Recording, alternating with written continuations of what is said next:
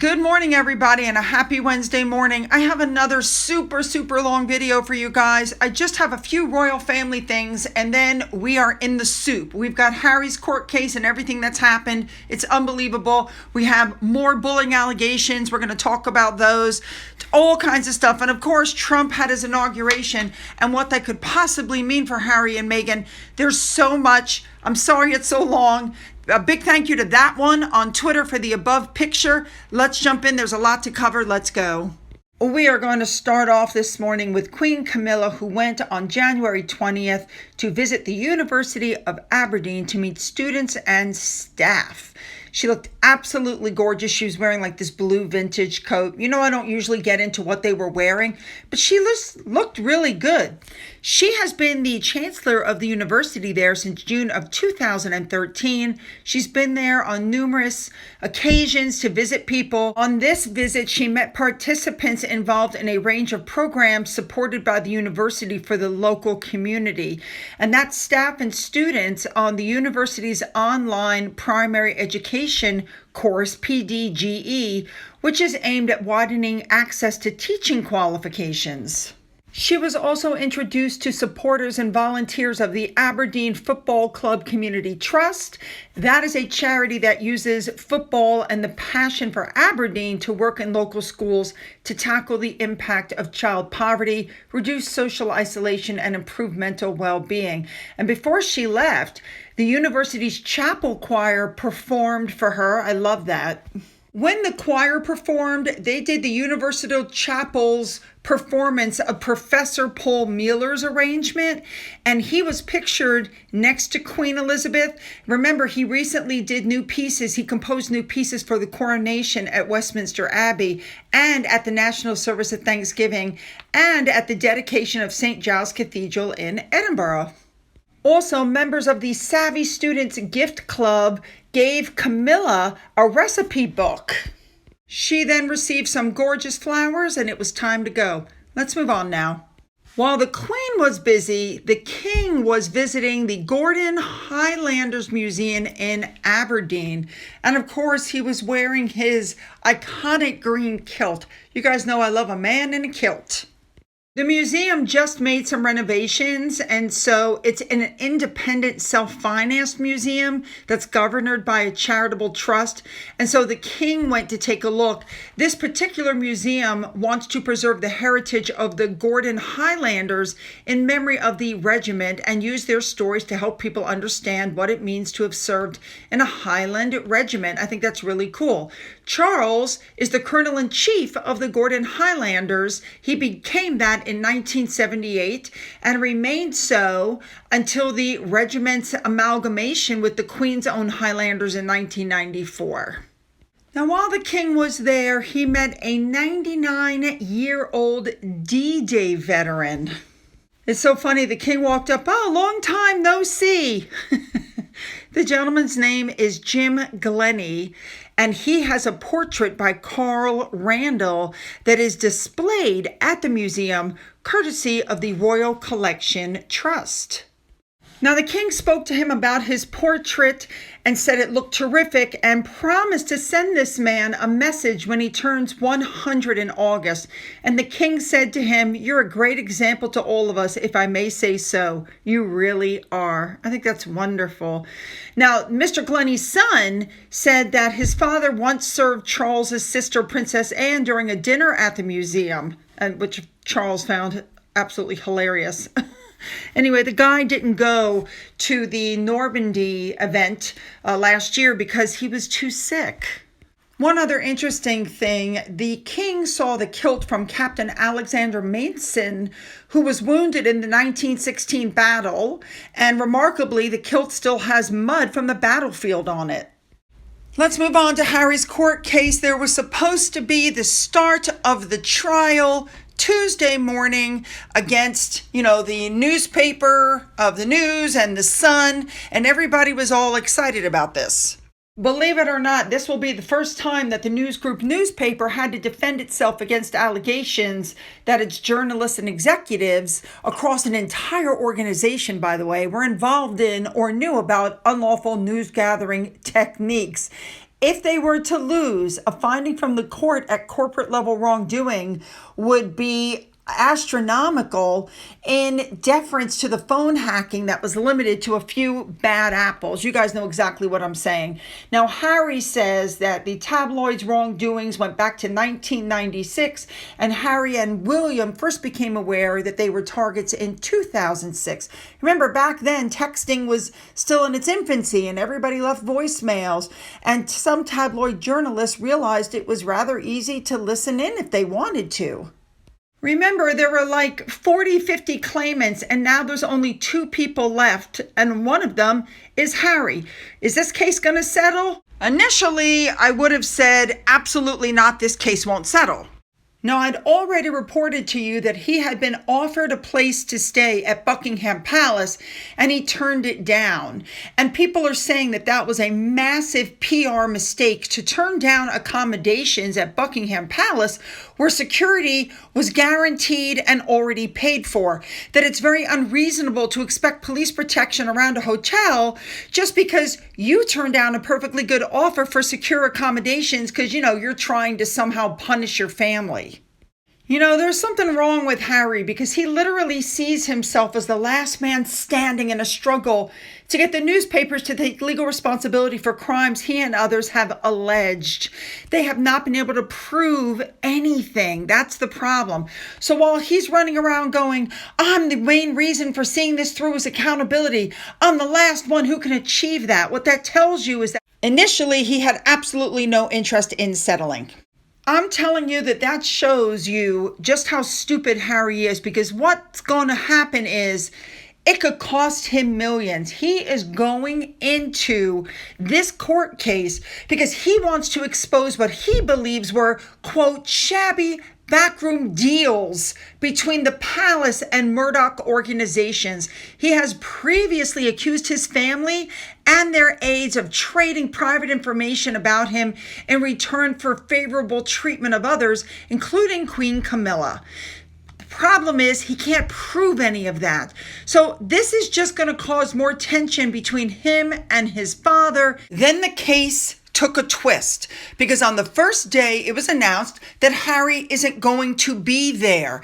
Now this is interesting because he was going to get police protection. Buckingham Palace offered him a place to stay. Everybody was like, what's going on?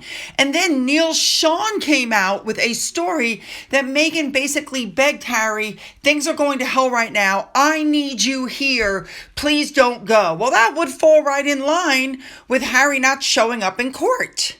Then the next interesting thing happened. The morning that court was supposed to start, Harry's barrister walks into court and says, we need a delay. It was then pushed back till 2 p.m.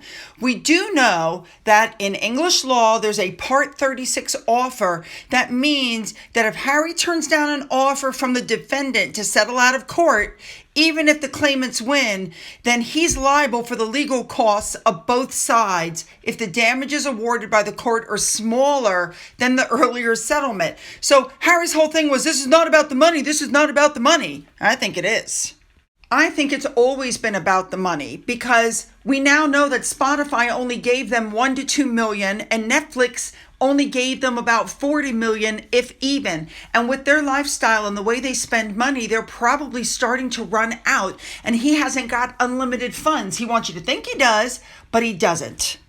I think Harry was holding out for more money. I think his attorney warned him, we're going to start. If we don't accept their offer, you could be on the hook for $20-30 million in court costs and attorney's fees. And I think he finally just said, okay, fine. It is important to note that the person that asked for the delay was not from Murdoch's camp. It was from Harry's camp. Harry's attorney went to the Murdoch group and said, really, we need to settle this case. So apparently, allegedly, there was a massive offer from Murdoch's camp to resolve the hacking suit that probably more than likely had already been on the table, and Harry kept saying no to it because, again, Harry's attorneys are the ones that went to the Murdoch group and said, listen, what do you think of this? And so the question was, what was going to happen? The original delay was supposed to be till 2 p.m. So The two legal teams requested a further 2-hour delay, and the judge, Mr. Fancourt, refused and said, "You got 10 minutes to step out and make a decision." So both teams then wanted more time, and the judge didn't want to grant it. So both teams then went off to the Court of Appeals to seek the adjournment to the case that the High Court's Justice Fancourt wouldn't give them. So by them going to the Court of Appeals, they were able to delay the case another day, which is what they wanted. Now remember, I work 24 hours ahead of time. You will be watching this on Wednesday morning. By Wednesday afternoon, they may already have settled, but I'll keep an eye on it for you. All right, let's move on to our next story for today. Vanity Fair back in 2018 did an article called Palace and Prejudice, and it was all about the alleged racism at the heart of the British monarchy. And it was written by a writer promoted as a royal expert because he once went out with Lady Gabriella Windsor. Yeah, that's right. And he claimed that the British were, quote, perfectly happy to deal with people of color who knew their place. Yeah. Vanity Fair now has changed their mind. I've already discussed the article with you. It's an 8,000-word piece that talks about revelations, everything from they annoyed their neighbors in Montecito with all the attention they bring, to the claim that Meghan discussed a potential for a possible post-divorce book deal in the event she splits up with Harry. This was researched over many months. Vanity Fair spoke with dozens of people who'd worked with and lived alongside Harry and Meghan. It talks about Meghan's being a bully, that some of the staff had to leave early or need therapy. And now Meghan is attempting to rescue ARO and her Netflix cookery and gardening series. And the timing of Vanity Fair's article couldn't have been any worse. Why did Vanity Fair do a turnaround? Well, we know that Harry and Meghan moved to the United States because they hated the British press, but apparently the US media is sick and tired of their endless victimhood and blinding lack of self-awareness, and the Spare was just like the cherry on the top. The Cut and the Hollywood Reporter both turned on them. People are basically just sick of them. The two of them run around collecting awards that they really didn't earn.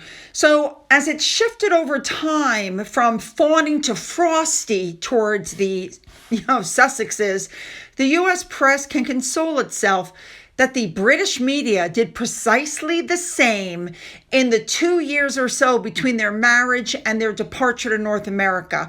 So the exact same thing happened in the United States that happened there. Now let's move on to Jack Royston, Sugar Number One, who just wrote an article about how the new bullying allegations are creating a massive problem. Remember, she had bullying allegations leveled at her back in 2018. The staff were said to have been left in tears by her behavior, and Harry and Meghan dismissed those allegations, calling them a smear campaign.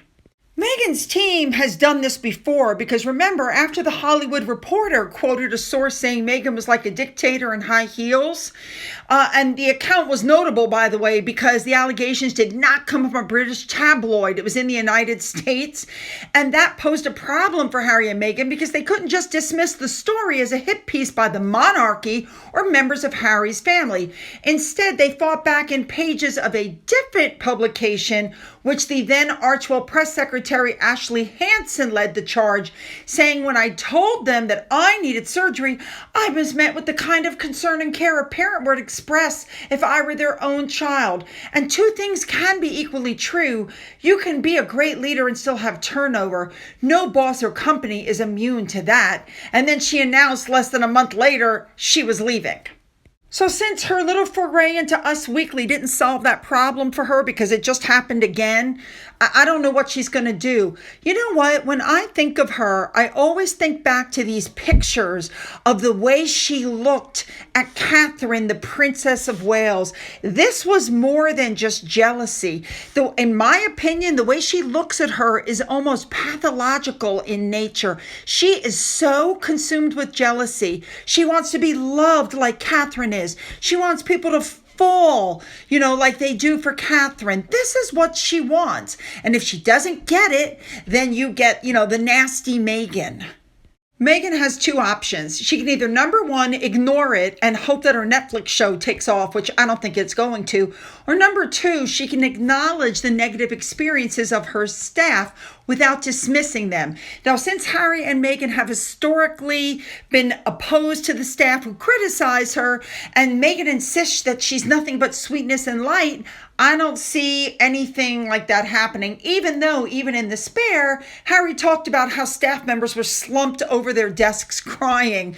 Meg tried to remain calm, he said, despite what certain people were saying about her. I never heard her speak a bad word about anybody to anything. Well, of course not. Of course not. She acts completely differently in Harry's presence. This guy is an idiot. If this woman has brain one left, she will issue a full apology and look for an opportunity, maybe in an interview or a TV appearance, to reference the fact that some people have found her tough and say, I'm trying to be better. But let's be honest, it won't happen. And finally, Trump has been sworn in as the President of the United States. And while Harry's visa application was kept secret and he was getting all kinds of help from Biden, that is now gone. And Trump is under pressure to do a U-turn and release that information. Apparently, it's being alleged that after Trump's inauguration, it could send Harry and Meghan into a meltdown because Trump has promised not to give Harry any special treatment. We already know he's no fan of Meghan, and that Trump's America could make Harry and Meghan more unpopular than ever, especially since Trump has come down hard on them in public. Trump has said in the past he will not protect Harry if he became president. First, he accused Harry of having betrayed the Queen, which he said was unforgivable, disrespectful, and broke her heart. And to be fair, I think that's probably worse. But even worse, Trump told Nigel Farage in an interview last year that if Harry lied on his application for an America visa about taking drugs, he would be deported, that he should not get special privileges. And Harry admitted in his book that he took Class A drugs in Spare. So all this protection that Biden gave Harry is now going right out the window.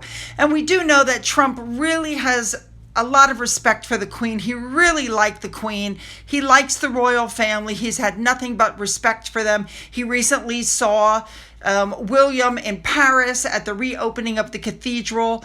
It's just, I don't know what Harry and Meghan are going to do, but, they better hold on to their hats. Remember, this is the same Donald Trump that Harry wanted to interview along with Mark Zuckerberg and Vladimir Putin about their challenging early lives and how their experiences made them into sociopaths. Oh my God. Yeah, no. I have to tell you, in my personal opinion, the person that has the biggest psychological problems out of all of those people is Harry. That's what's so funny about the whole thing. Oh my God, I want your comments. Make them good, you guys. Don't forget to hit the like and the subscribe button and the bell for all notifications. Put that thumbs up to help me with my algorithm, and then go down into the description box where you'll find the links to my Twitter, my Gettr, my Rumble, my email, my Amazon wishlist, and a physical address. For those of you who've donated to my coffee fund, thank you so much. And as always, you guys, have a great day.